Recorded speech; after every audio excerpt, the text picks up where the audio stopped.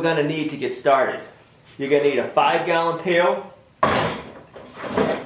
a lid, a 3-inch 90-degree PVC elbow, some kind of tape. We're using packing tape, a drill, a 3/16 inch drill bit, a cup of coffee.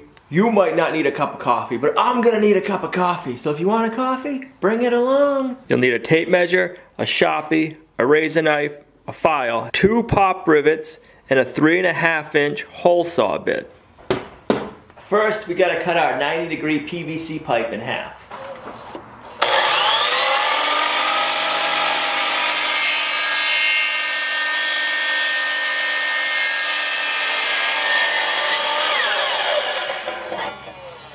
Now that we have our PVC pipe cut in half, we're going to take the 2 pieces and set them aside.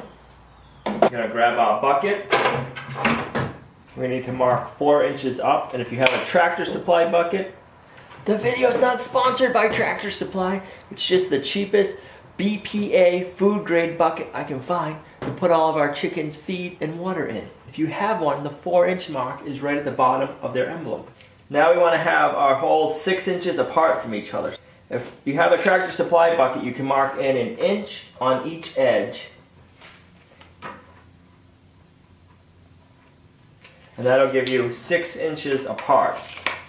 For this next step, you're going to need your drill and your 3.5 inch hole saw bit. You're going to place your drill bit on your mark. We need to save our cutouts. We're going to need them in another step. Now that the first hole is drilled out, we need to drill the second one.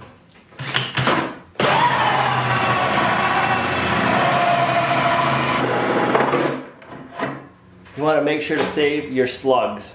Now, depending on your fitting and your hole saw bit, you might have to take your file and just file the top and the bottom a little bit. I don't need to. Mine fits in snug, but I'm able to twist it in place and get it. I'm going to temporarily install both of my fittings.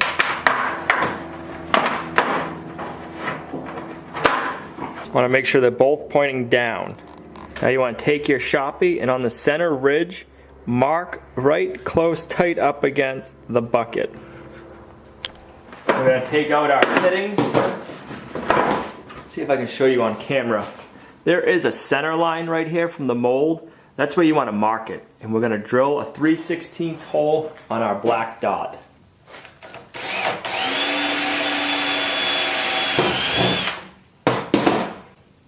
Now we can drill our second one.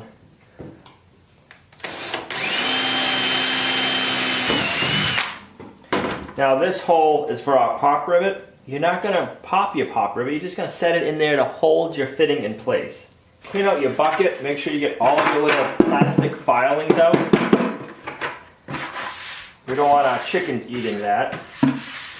Now we need to take the rivet with a pair of pliers and flatten off one side. When you're done, the rivet should look like this, with a flat spot. Remember I said you're going to need to save your slugs? Now we're going to use them. We're going to cut a line. I'm going to remove 1/4 of each slug.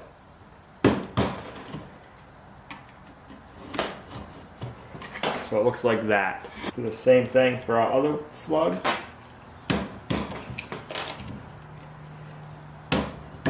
Yep. Use a piece of wood to cut on top of, so that way you're not cutting up whatever kind of work table you're working on. This part can go in the trash. I take our 2 fitting pieces, our 2 slugs, and our tape. We're using packing tape, that's what we have. Masking tape or duct tape would work also. Put the tape on the slug itself to start out.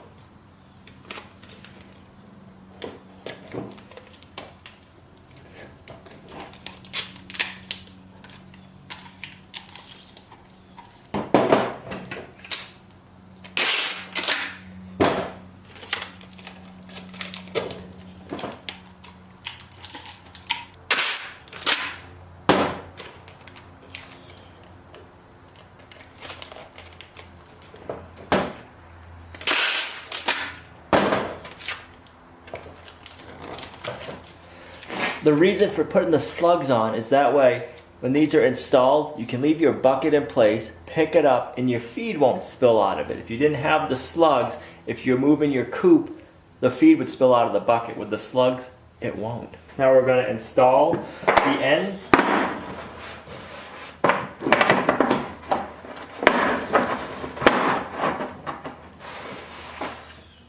Take the rivets that you squished the edge on.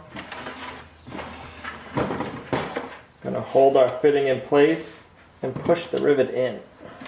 I'm going to repeat the process for the next side. There. You get your 2 rivets. You don't want to glue them or anything. They're left this way so you can pull your rivet out, take out your fittings if you need to clean them. You can see in there, you can see the slugs. So that way the grain will come down and push up, but if you tilt it forward, it's not going to fall out because it's holding back a lot of the pressure. Now right here it looks too close to the ground, but let me show you.